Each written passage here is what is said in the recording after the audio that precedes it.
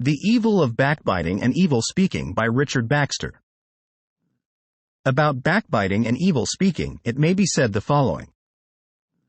1.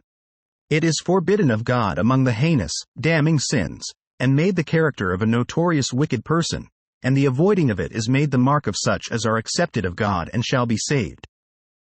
It is made the mark of a reprobate mind, and joined with murder, and hating God, namely, full of envy, debate, deceit, malignity, whisperers, backbiters. Romans chapter 1 verses 29 to 30. Lord, who shall abide in thy tabernacle? Who shall dwell in thy holy hill? He that backbiteth not with his tongue, nor do with evil to his neighbor, nor taketh up a reproach against his neighbor. Psalms chapter 15 verse 1 and 3. And when Paul describes those whom he must sharply rebuke and censure, he describes the factious sort of Christians of our times. For I fear, lest, when I come, I shall not find you such as I would, and that I shall be found unto you such as ye would not.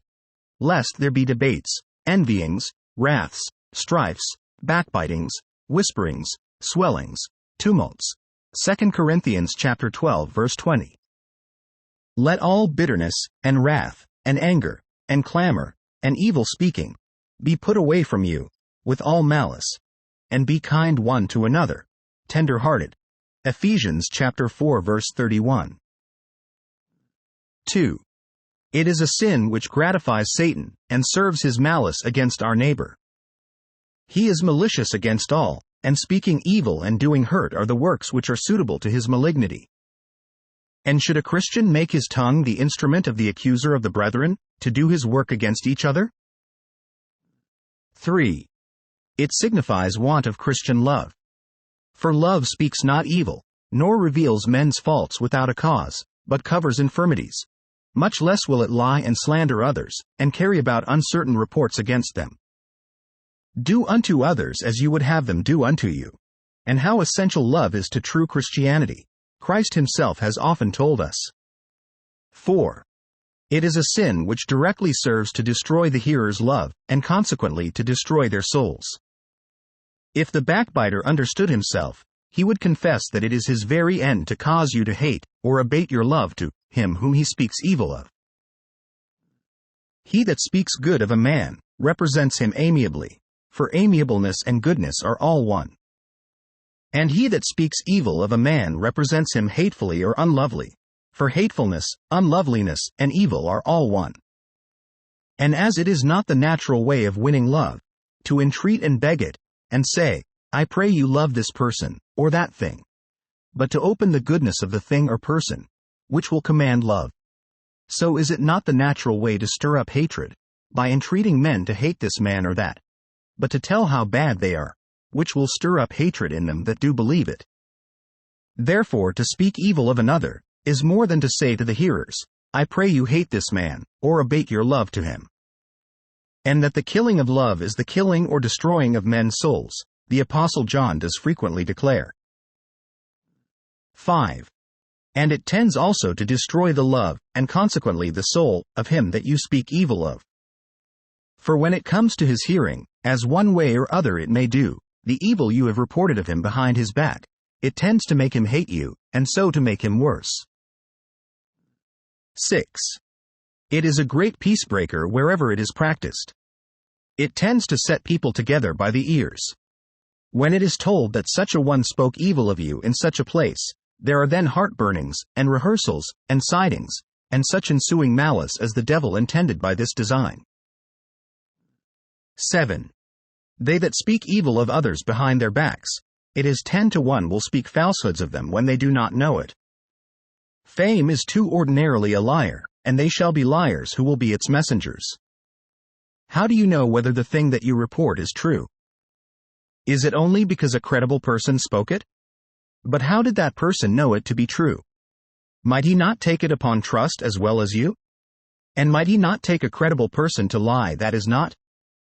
And how commonly does faction, or interest, or passion, or credulity, make that person incredible in one thing, who is credible in others, where he has no such temptation? If you know it is not true, or have not sufficient evidence to prove it, you are guilty of lying and slandering interpretively, though it should prove true, because it might have been a lie for all you knew. 8.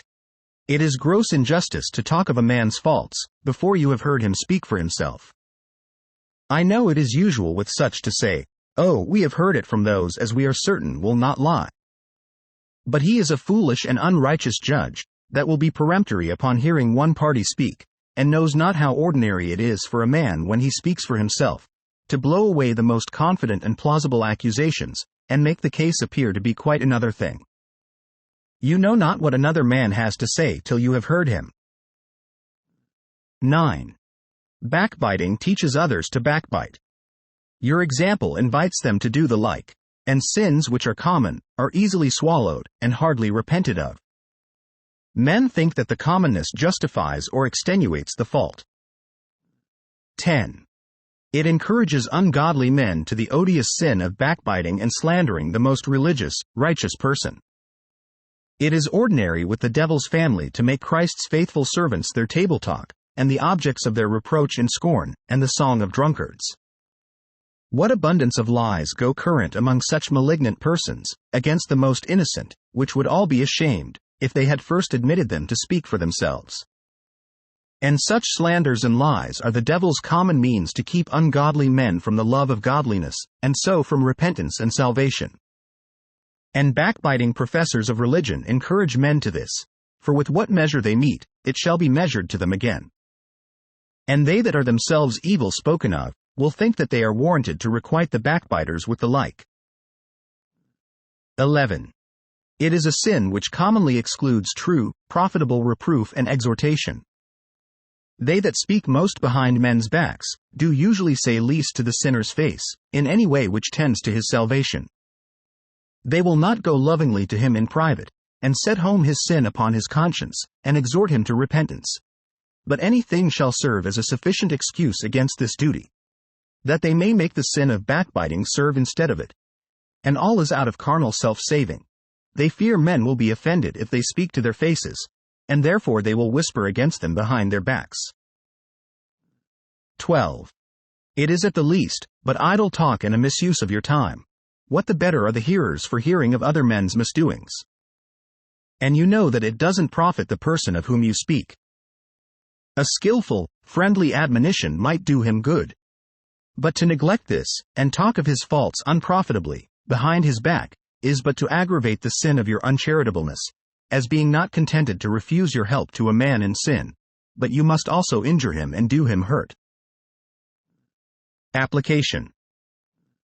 Rebuke backbiters, and do not encourage them by hearkening to their tales. The north wind driveth away rain, so doth an angry countenance a backbiting tongue. Proverbs chapter 25 verse 23. It may be they think themselves religious persons, and will take it for an injury to be driven away with an angry countenance. But God himself, who loves his servants better than we, is more offended at their sin. And that which offends him, must offend us. We must not hurt their souls, and displease God, by drawing upon us the guilt of their sins, for fear of displeasing them.